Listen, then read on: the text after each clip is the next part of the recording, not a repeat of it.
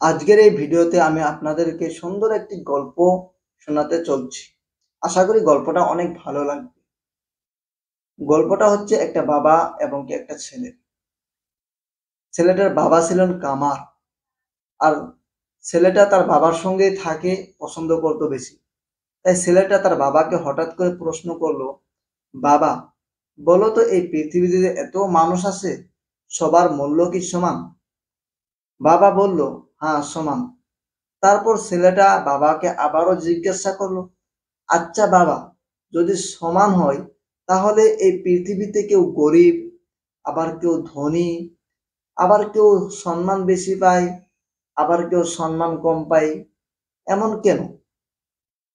বাবা তার ছেলের মুখের এমন প্রশ্ন শোনা বলে তাই প্রস্তুত ছিলেন না।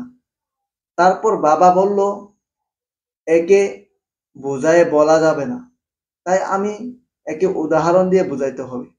তাই বাবা ছেলেকে বলল যে ওখানে একটা লোহার রড আছে, তুমি রডটা আনো।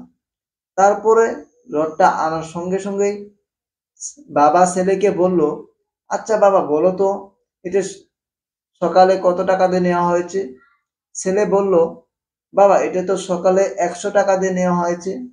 তারপর বাবা ছেলেকে বলল, আচ্ছা বাবা, এখন তুমি বলো যে এটা যদি আমি এই রড থেকে যদি 5টা কাস্তে বানাই, আর একটা করে কাস্তির দাম যদি 50 টাকা করে হয়, তাহলে কত টাকা হবে? তখন ছেলে বলল, বাবা নিশ্চয়ই 250 টাকা হবে। তারপর বাবা ছেলেকে বলল, যদি এখান থেকে 5টা ভালো মেশিনের পার্টস বানানো হয়, তাহলে কত টাকা হবে? তখন ছেলে বাবাকে বলল, বাবা তাহলে তো অনেক টাকা হবে।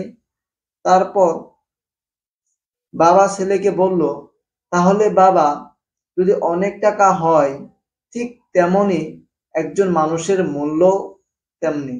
কারণ একজন মানুষ এখন যে পরিস্থিতি আছে, সে যদি ভবিষ্যতে ভালো হয়, নিজের চেষ্টায় যদি সে ভবিষ্যতে বড় মানুষ হয়, তাহলে ঠিক তার মূল্য তখন বেশি হবে।